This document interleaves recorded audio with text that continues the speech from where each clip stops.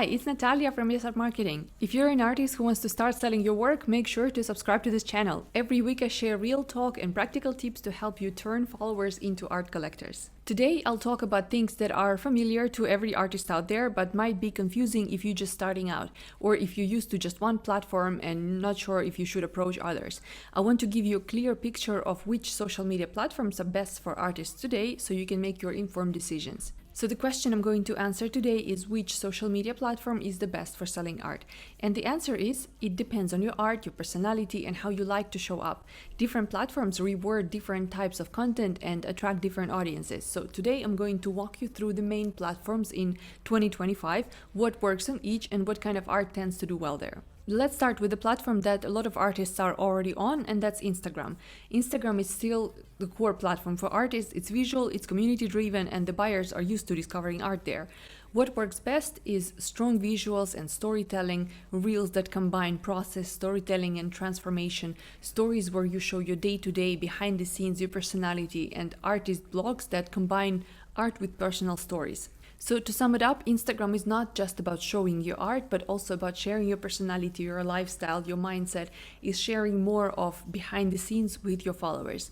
What kind of art thrives on Instagram? Pretty much any kind, but especially paintings, illustrations, ceramics, mixed media, digital art, anything that can be shown in a visually engaging way. What kind of audience do you find on Instagram? A mix of other artists and collectors, but you need to be very intentional about who you're talking to.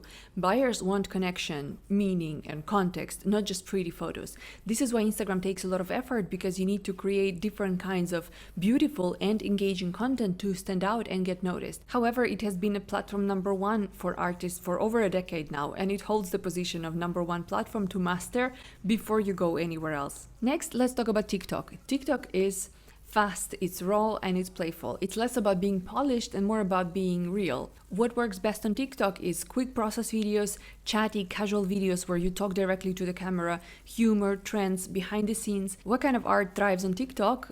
Bold, colorful, process-heavy work tends to stand out. Think maybe fluid acrylics, abstract paintings, textile art, sculpture, ceramic, anything with a satisfying process. What kind of audience you find on TikTok? Mostly younger audience, often impulse buyers or people who are just discovering art. It's great for reach and visibility, less predictable for consistent sales, but it is very good for building a fan base. So basically you can use TikTok for building your visibility and then eventually redirect that audience to another platform where you will nurture and convert them to buyers. Now Pinterest. Pinterest works very differently. It's a search engine. It's not just a social network.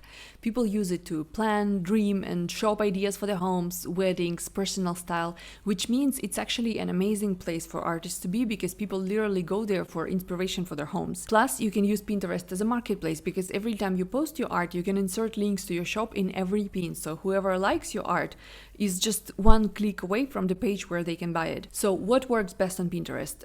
Beautifully styled images of finished work, mock-ups of your art and interiors, step-by-step tutorials or behind-the-scenes visuals.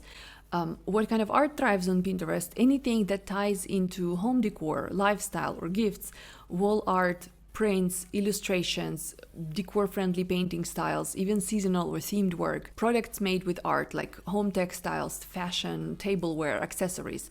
Mostly who you find on Pinterest. Mostly female audience, often looking for decor inspiration, DIY, or unique gift ideas. Pinterest drives long-term traffic to your shop, to your website. I highly recommend it because it's essentially a marketplace and you can treat it like one. Then we have YouTube. YouTube is all about long-term, long-form connection. Compare 6-second reel and 10-minute video on YouTube where somebody is listening to you explain your art.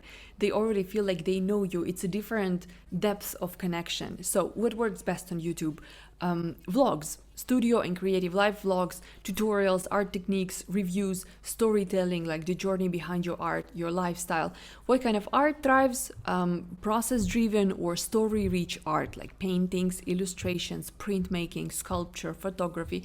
Basically anything where people want to see the how and the why. Who hangs out on YouTube?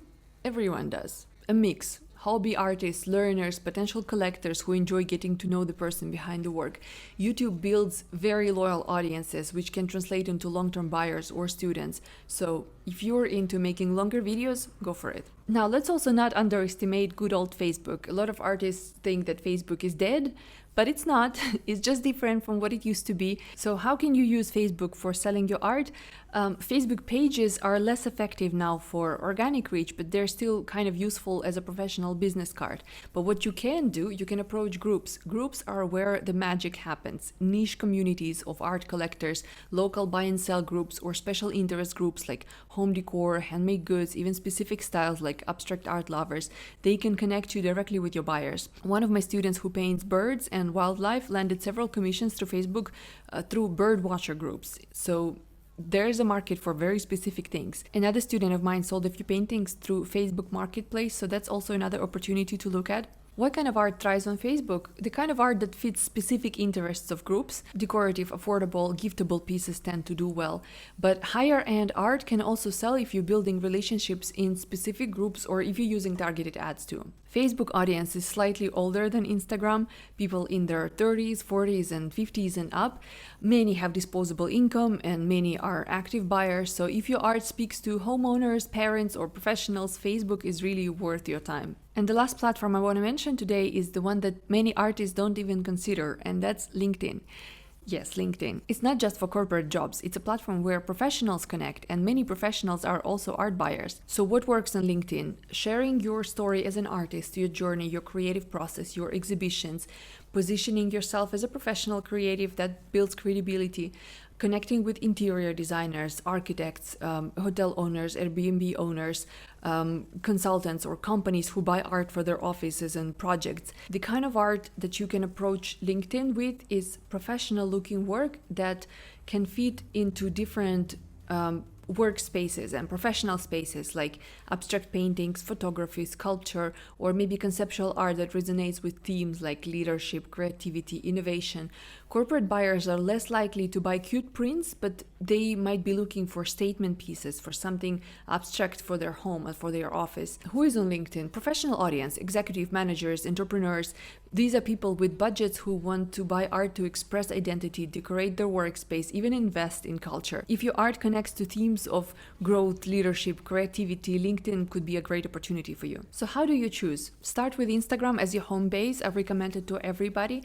And then pick one other platform that plays to your strength and fits your art. If your art is bold, experimental, process-driven, try TikTok. If it's lifestyle or decor-friendly, Pinterest. If it's story rich or process heavy, try YouTube. If you want to reach older homeowners or build local sales, then Facebook. If you want professional buyers, corporate collectors, LinkedIn. You don't need to be everywhere. That would be a mistake because you will burn out if you try to do everything at once. Pick one platform that works for you and then commit to it consistently. So these are the best social platforms for artists to work in 2025 and 2026. Each one works, but in different ways. So the trick is not to chase trends, but to choose the place where your art and your personality can shine the most. So tell me in the comments, which platforms are you on right now and what's working for you, what's not working for you. Let's exchange experiences and see how we can help each other and help other artists. And don't forget to like this video and subscribe for more weekly tips on growing your art business online. See you next time.